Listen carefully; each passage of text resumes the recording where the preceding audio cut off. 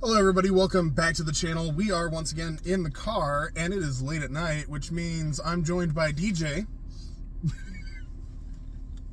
And we saw a brand new film in the theaters. The new film that we saw tonight in the movie theater was none other than the latest action, I guess it's kind of like a action mystery? Thriller. Action thriller. Also would call it like a parody, kind of a parody comedy film, yeah. Fall Guy, starring Ryan Gosling and Emily Blunt. Without further ado, DJ, 1 to 10, what do you give this film? 9.5. Ooh. I agree with you, but I'm going to go ahead and I'm going to bring it down to a 9. So why the 9.5? It's darn near a perfect film. Actually, the only reason I give it less is it just doesn't have the luster I think it would have to give it a perfect 10. The cinematography, acting, staging, the story, everything, the effects in this, it's all virtually practical effects in this film. It's beautiful. And it just reminds me of, I think I've gotten too used to or too like subtle by CGI. I think CGI is a great tool, but I think a lot of places just overuse it. Save for films maybe like Sin City that's 100% CGI, it works kind of a little bit. Or like Sky Captain World Tomorrow, where it's like almost all CGI, it works, or very little. I feel like when you use CGI for a lot of effects but practical everything else, it looks bad. This film, I was starting to wait on that till I watched this film, and now I'm like, no, practical effects are definitely better. They're the best. It's really good. And the stunt work on this film was really good, and it's about that too. So the film is about the stunt people and what they do, and there's a ton of stunt work in the film on top of that. So it gets a little meta, which is fun for me. It's just the whole thing. I enjoy it. It's a blast. I can't, especially Ryan Gosling and Emily Blunt, and there's a couple others in there that did really well too. But those two were amazing. Yeah. In this film, they worked off each other really well. They felt like real people. They felt like they actually were the people they were portraying.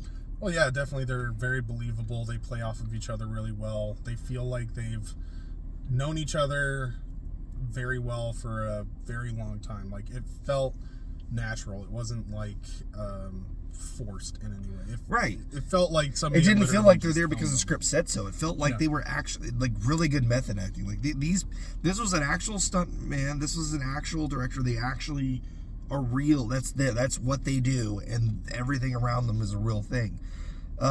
There's some surrealness to it that seems a little almost humorously like silly, but it ends up working out almost every time. I have to get the spoilers to hit it harder, but yeah, everything just works so well. It just doesn't have I guess it's just not as endearing as Wonka was, or some of the other films that got a little bit higher score than even that. But a 9.5, I think, is pretty solid for a film like this. Yeah, definitely. Especially like an action summer blockbuster. Like, you're usually just like dumb fun, but was just entertaining in a very deep way. Yeah, definitely. I agree with you 100%. The way that the film is shot is definitely a tribute to stuntmen and stunt work in general.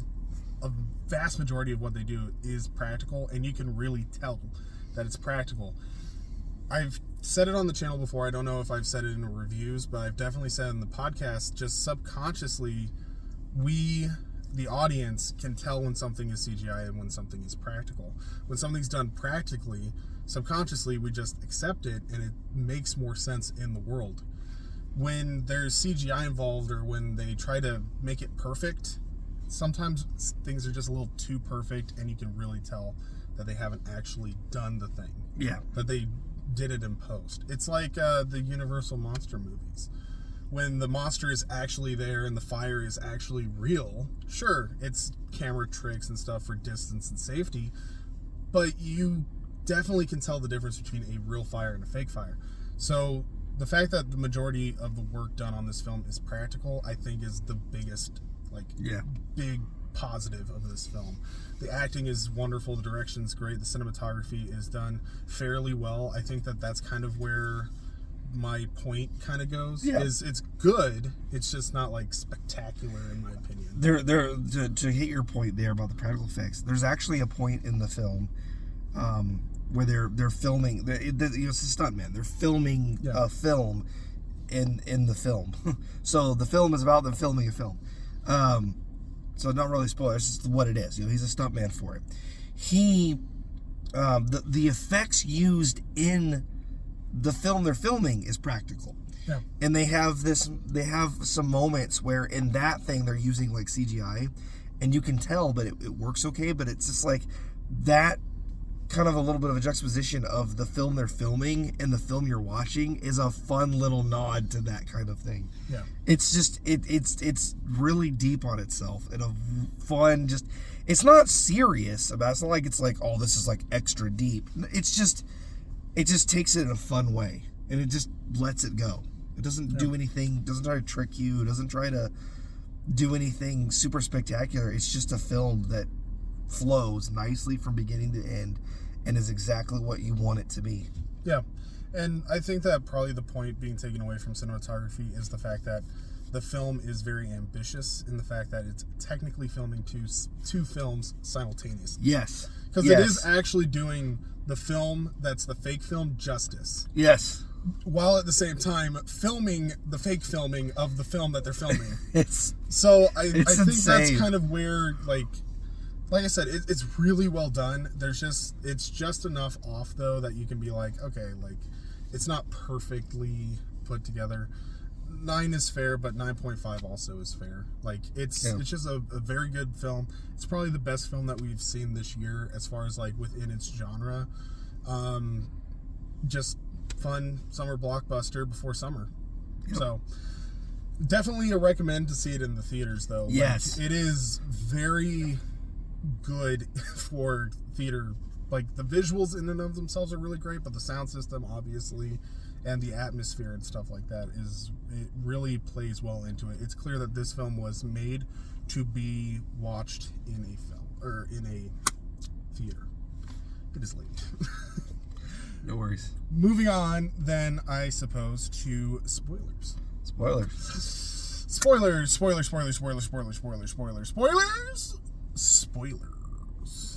You have been warned.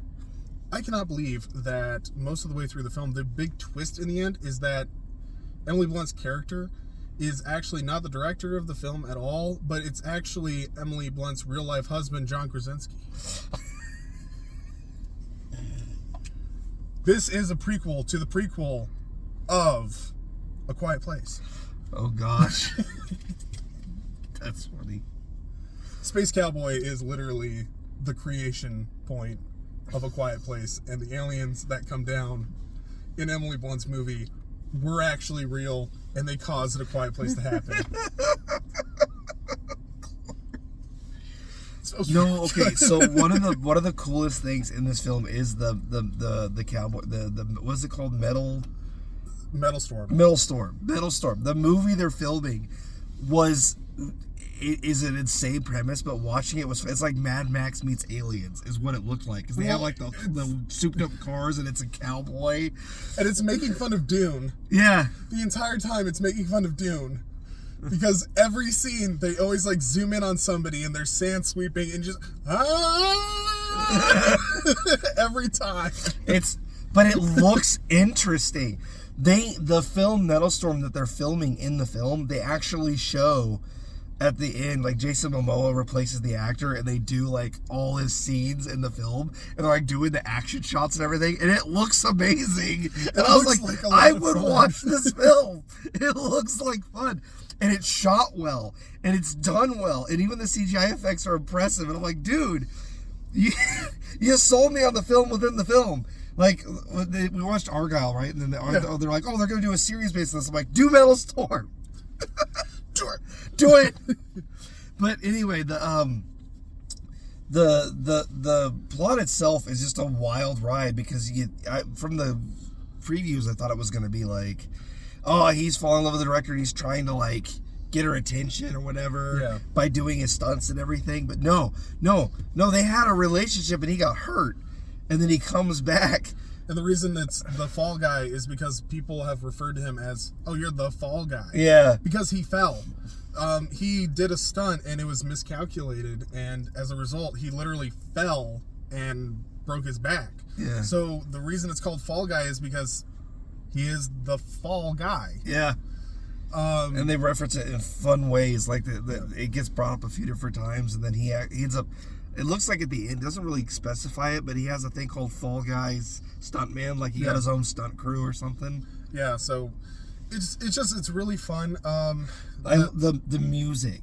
The music is on I point. didn't hit that in the non-spoiler review, but Yeah. they play I Was Made for Loving You Baby like 4 times in the film. It's the theme of the movie. Yes, and it's at the beginning, the beginning theme, and then it plays it when he's in the action scene, and then it plays it at the boat scene, and it plays it at the end. It plays it whenever the two main leads are like going through a serious thing, and it's really fun. Well, and also it's in the background. Like throughout the movie, it references the main like chorus leading into the actual song, like the it does that.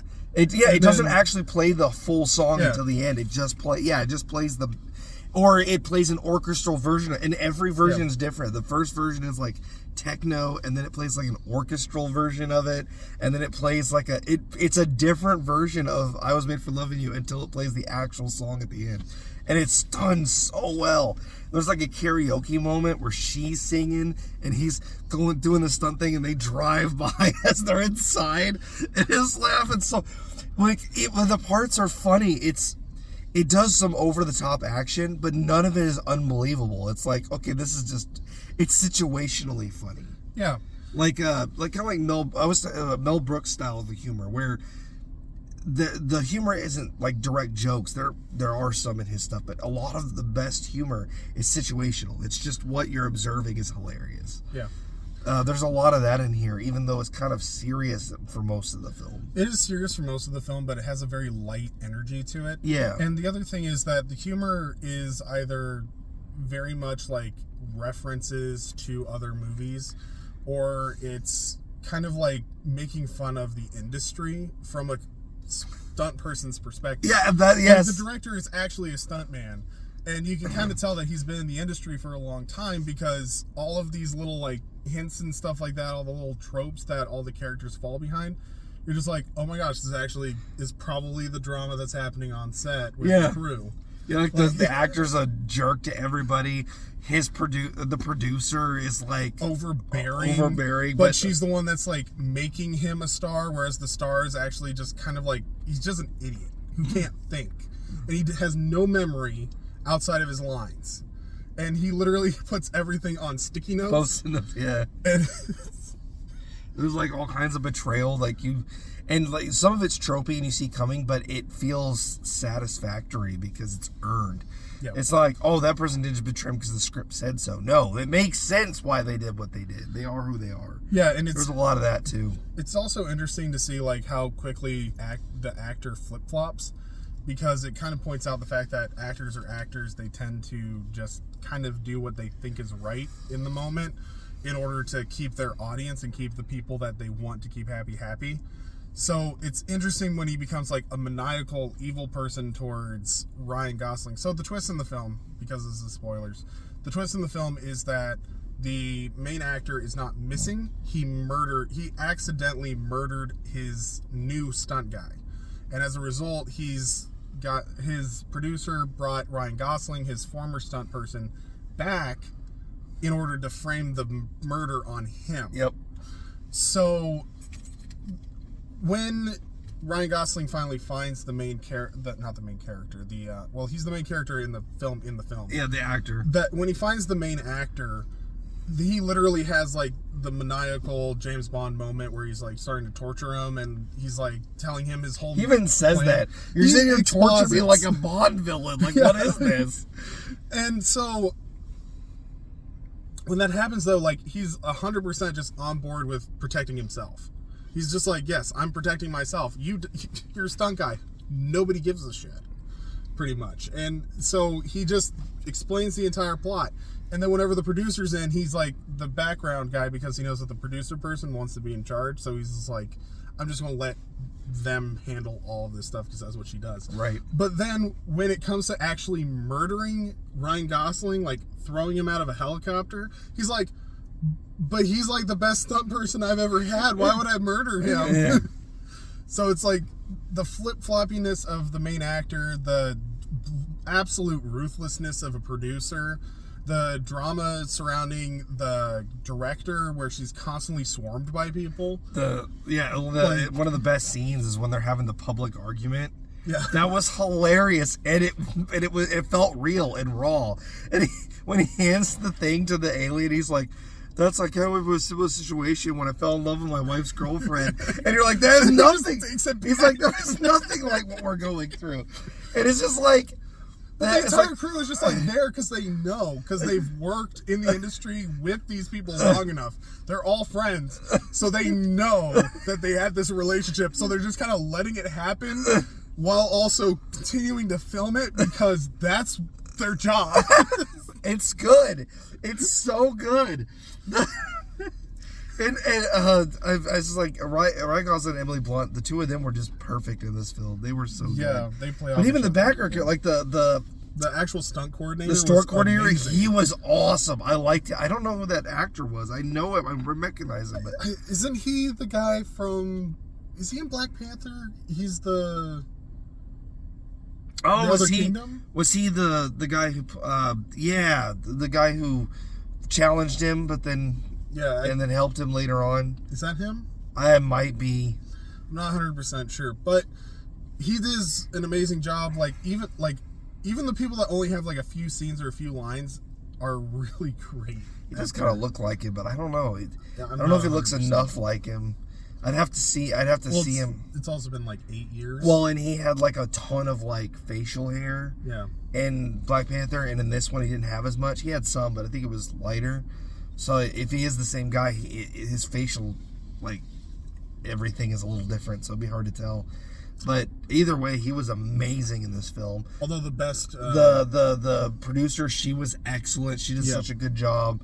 The best background character was 100% the dog. The dog was awesome. Jean-Luc. Who only takes his commands in French. That's actually normal for... Well, it's... I'm just saying, it's just funny because it's stunt guard dogs, you do give them other links so people can't command them. Yeah, they only listen to you when you command them. Yeah. But that was really good when he's just like, oh, I know who you... I know who you are. I got this phone. How much is it worth to you? I want a credit. I'm the stunt guy. What do you think I can do? Who happens to had a relationship with the director, who you may or may not be rekindling. Do you think I'm rekindling with them? that kind of stuff was just gold. It was so good. Ryan Gosling was in his element. It was so good. He plays these characters really well, and like Ryan Gosling's just a very talented actor. And having watched them so close together, because we watched him in Barbie. Yeah. Like, he was really good in that too, but this was a better role for him. I think he nailed this. Yeah, he killed it. Everybody on the film just killed it. They were amazing. And it was fun. It was entertaining. There were enough twists and turns in it that when it happens, you're just like, well, duh. It's like he goes and he finds the actor just chilling on his yacht. And like the first time he rolls up, I'm just like, he's probably in his boat. But it can't be that simple. It can't be that... But then, he's literally just chilling on his boat, and nobody's bothered to look there. I like the drug dealer scene where he goes to the drug dealer. It's like, sit down. He's like, no one wants to hang out with the drug dealer. He's like, okay, I'm sorry. Like, he offended him. It's like, dude, I didn't mean to offend you, bro. Sorry. And then he that was funny. He gets drugged, and the thing that was really like kudos needs to go to whoever was in charge of the actual like CGI work afterwards, because the drug dealer mentions that he likes cartoons more than live action. If you notice, anytime Ryan Gosling hits somebody while he's high, his face turns into a cartoon. Yeah, and there's like cartoon like animations and actions coming off of them. Yeah, I did notice that, and the cartoon flashes. That was freaking hilarious. And the fact that you know he's high when the unicorn is around, and the unicorn just keeps showing up, and it's just like, it's amazing. This film is very, very good. I will be adding it to my collection. Like, it's so far the best film of the year, I think, so far. The closest second would probably be Abigail. This actually reminds me a lot of the one that had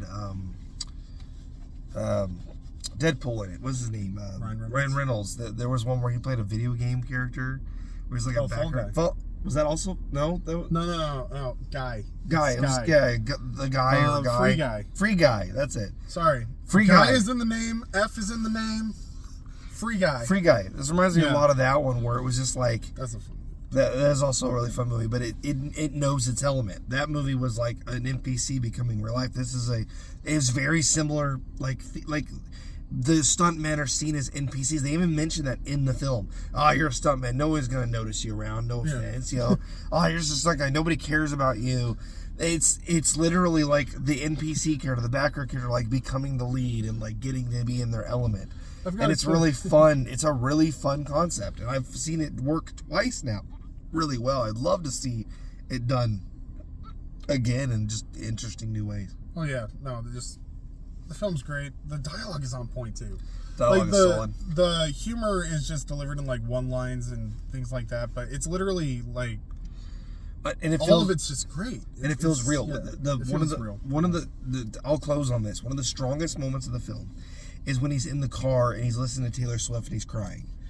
And we're kind of the audience, like we were in the theater, like there's going to be people there. Everybody was kind of laughing at first, but then she comes up and you're crying. You don't really notice it with the lighting, and everybody in the audience was like, oh no, so sad. Like everybody was like, oh, like, but she gets in the car with him and they have like a real conversation, and then he rolls to the window, and then the Taylor Swift turns back on, and then. Let me try. Can you drive me to my car? She gets out. But it's just like, it's silly, but it's real. The whole movie is like that. Like raw, real emotion mixed with silly little fun stuff. Yeah. And it just does it well. It's props to everybody involved in this film, but the director.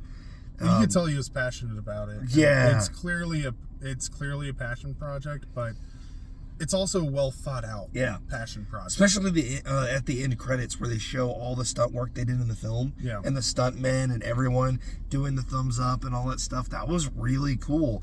Especially because we saw all the practical effects and they showed them doing them, and like they did. Like everything you saw in the movie, you see all the practical effects that they did. Yeah, some of the most impressive parts of the film they show in the end credits that they did practically. That's the incredible part. And then the other thing too is it has an end credit scene that's absolutely hilarious. Yes. Because it actually wraps up the story like more than you thought it would. That was good. Where he literally just blows himself up on accident. But yeah, it's just, there's so much about this. Give me Jason Momoa's ages. And that's how he became the star of the film. Yeah, that was just good. No, and then his monologue is like better, but not nearly as like melodramatic as. No, Jason Momoa's delivery was perfect. That was just good. The whole thing was good. It was all really good. Like one-liners, little actions and stuff like that, physical humor moments. Just fun film. Very fun film. Yep. We could gush about it forever. Speaking of things that we do forever, if you like hearing us rant, we rant twice a month on a podcast that we release on Wednesdays. We also watch old movies and revisit them, bad movies, and reboot them, rewrite them, rework them, whatever you want to say for that. And we also watch new movies every Friday and put the review for it for you every Saturday is the hope. We also have a couple of fun goodies and stuff like that we're working for the channel, so be on the lookout for those things. If that interests you, subscribe. Let us know your thoughts in the comments below regarding Fall Guy or movies in general. What are some movies that you're looking forward to as the year progresses? Otherwise, be sure to leave us a like. We're always open to feedback. We'll see you guys in the next video. Thank you for watching.